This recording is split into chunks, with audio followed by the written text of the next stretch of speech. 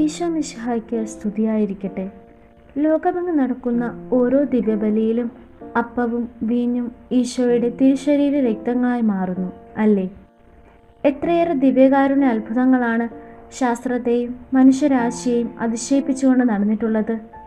നമ്മുടെ പരിശുദ്ധ പിതാവ് ഫ്രാൻസിസ് പാപ്പ സാക്ഷ്യം വഹിച്ച ഒരു ദിവ്യകാരുണ്യ അത്ഭുതത്തെപ്പറ്റി നിങ്ങൾ കേട്ടിട്ടുണ്ടോ?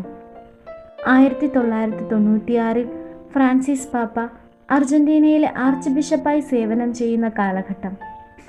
അതേ വർഷം അർജന്റീനയുടെ തലസ്ഥാനമായ ബോയ്നസ് അരീസിലെ ഒരു ദേവാലയത്തിൽ ഓഗസ്റ്റ് 18 അഴുക്ക് പുരണ്ടതിനാൽ ഒരു തിരുവോസ്തി വെള്ളത്തിൽ നിക്ഷേപിക്കുകയും സക്രാരിയിൽ സൂക്ഷിച്ചു വയ്ക്കുകയും ചെയ്തു.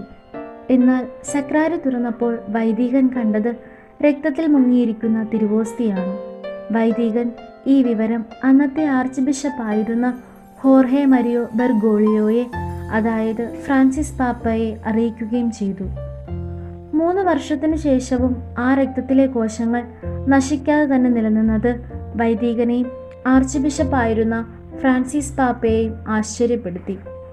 ശാസ്ത്രീയ ഗവേഷണങ്ങൾക്കൊടുവിൽ ആ തിരുവോസ്തിയിൽ ഇപ്പോഴും ജീവിക്കുന്ന തുടിക്കുന്ന ഹൃദയത്തിലെ കോശങ്ങളാണെന്നും ഈശോയുടെ രക്തമായി തെളിയിക്കപ്പെട്ടിട്ടുള്ള AB പോസിറ്റീവ് വിഭാഗത്തിലെ രക്തമാണെന്നും കണ്ടെത്തി. സ്വർഗത്തിൽ നിന്നുള്ള ദൈവത്തിൻ്റെ അടയാളമായാണ് ഈ ദിവ്യകാരുണ്യ അത്ഭുതത്തെ കാണുന്നതെന്നും മാർപ്പാപ്പ സ്ഥാനത്തേക്ക് ഉയർന്നതിനു ശേഷം പാപ്പ സാക്ഷ്യപ്പെടുത്തുന്നു. നമുക്കും ഈശോയാകുന്ന ദിവ്യകാരുണ്യത്തെ കൂടുതൽ സ്നേഹിക്കാം. ഈശോ മിശിഹായ്ക്ക് സ്തുതിയായിരിക്കട്ടെ.